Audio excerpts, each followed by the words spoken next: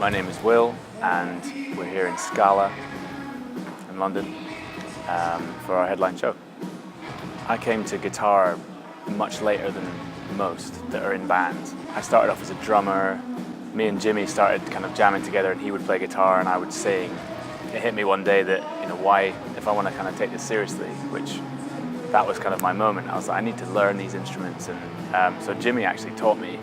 We started rehearsing when we first moved to London in a shipping container in a car park, which was, it was awful, it was rubbish, but it was great. Looking back, it's great because, it was very kind of, there was absolutely no luxuries, and we used to just pile in there and sort of play like this. All that time I wasn't really thinking, what could the most ideal amp for me be? I was just thinking, is there something I can plug into and play?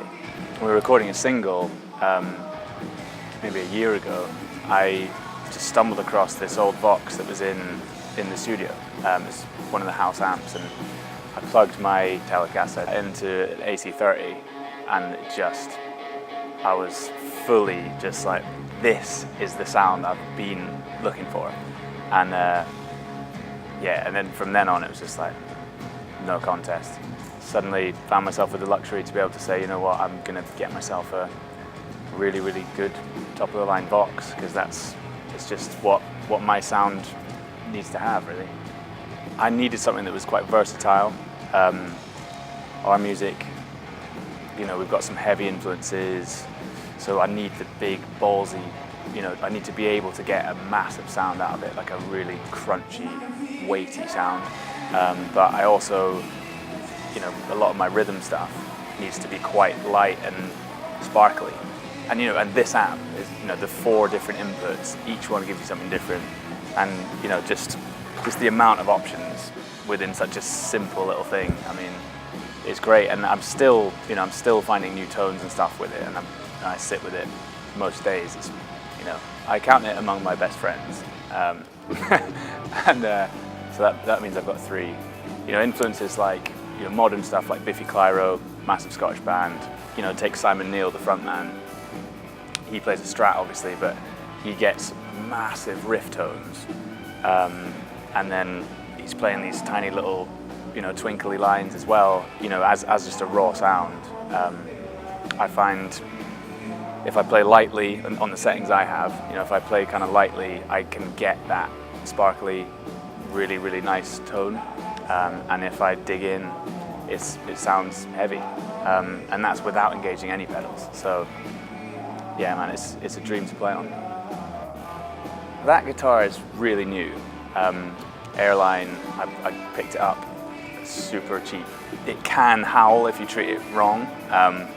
Not wrong, I mean, some people love that. And I do play with the feedback.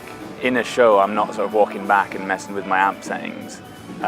It's kind of all just how I treat it, and the actual, the tone on the guitar and volumes of the pickups. It is definitely a wilder beast, but that's kind of why I got it, because the Telecaster is so versatile, you can kind of do anything, and I wanted something that was a bit, almost more one-dimensional, and it's for the heavier stuff, and it's going to give you growl, it's going to give you feedback, it's going to make some wild noises that you're not expecting, and yeah, you kind of have to pick a fight with it, and that's kind of, that's what I like about it, and it reacts really well with the Vox as well. And I tried it, because when I go to guitar shops now, it's like, if you're playing something off the wall, the guy always says, oh, are you cool to just like plug it into this? It's like, no.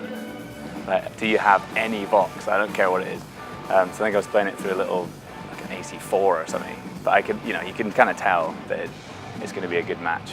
And also the hand-wired thing is just another step up in terms of just, one, comfort in knowing that it's been made supremely well, and 2, just like nothing's even ever slightly gone wrong with it. It's kind of reacts, it's so reactive, tiny little changes. Ollie, our front of house guy's always shouting at me saying, turn down, or bring a bit of the top end off. And obviously Vox is kind of famous for that bitey kind of sound, and tiny little changes make a huge difference. For me now, it's kind of a case of, if we're recording something, like, that's coming with me for sure.